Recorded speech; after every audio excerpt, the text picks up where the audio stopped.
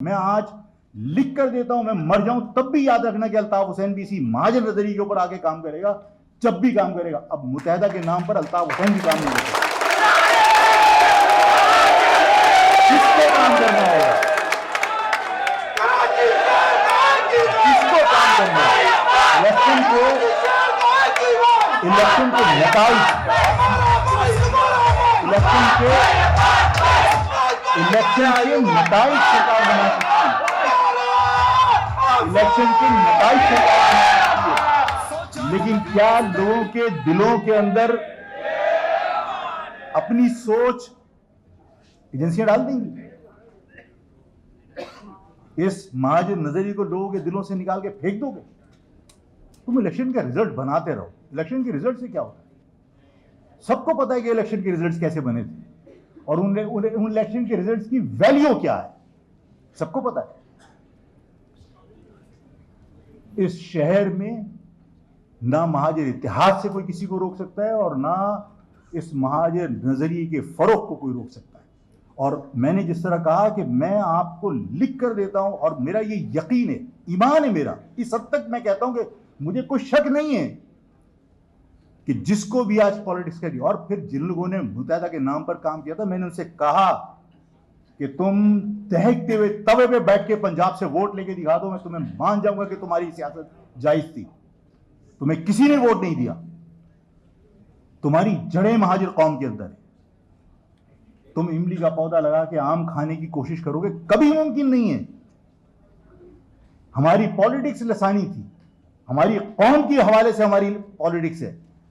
हम कौमी धारे की सियासत कैसे कर सकते हैं जब तक मेरे घर की आग ना बुझे?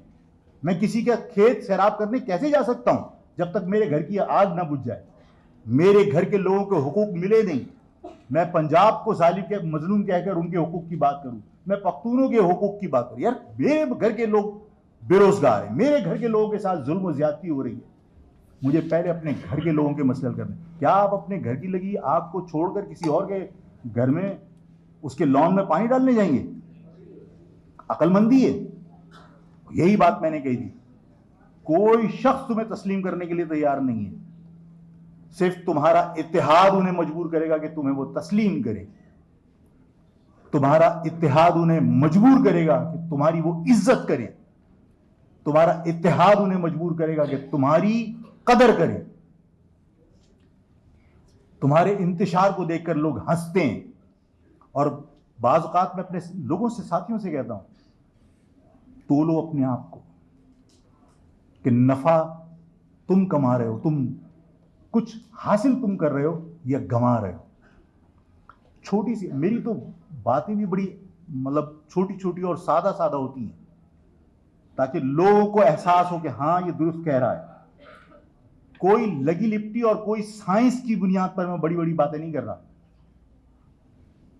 आप अपने गिर्द जितने लोग बैठे ना, सब अपना जायजा लो। फेडरल एरिया में अगर किसी के पास 120 गज का मकान है ना, तो वो भी 3 करोड़ से कम का नहीं है।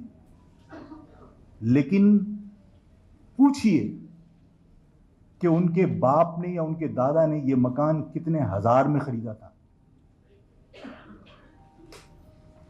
इसका मकसद है कि वही चंद हजार तुम्हारा एसेट है। आज उसकी वैल्यू 3 करोड़ जरूर है, लेकिन तुम्हारा एसेट क्या? तुमने कमाया क्या? उस 5,000 के बाद तुमने दूसरा 5,000 रुपए का कोई मकान बनाया? नहीं। ऐसा ही है ना। इस नाज़िमाबाद के ब्रिज के नीचे 20 रुपए किराए पर चारपाई लेने वाला आज 20 करोड़ का मालिक है। कौन कमा रहा है शहर से? कौन फायदे में? आप अपने बाप के मकान को, जब औलाद बड़ी होती है, शादियां होती हैं, फिर कहता है मकान को बेच दो, हमारा हिस्सा हमें दे दो, हमारी बेगम साथ ही रहना चाहती है। फिर साले मकान अलग अलग कर लेते हैं। पता चला आपके मकान के 4-6 हिस्से हो गए। उसके बाद फिर आप जो है ना किसी गोट के अंदर जो कच्ची आबादी में मकान खरीद लेते हैं। आप तनज़्ज़ुली की तरफ जा रहे हैं या तरक्की की तरफ जा रहे हैं? ये वो हक़ाइक़ हैं जिन्हें आप लोगों से डिस्कस कीजिए कि तुम्हारे शहर में जो लोग 20 रुपए किराए पर चारपाई लेकर नाज़िमाबाद के ब्रिज के नीचे सोते थे, आज उनके डंपर लोडर चलते हैं। आज 20-20 करोड़ रुपए की उनकी प्रॉपर्टीज हैं इस शहर में आकर।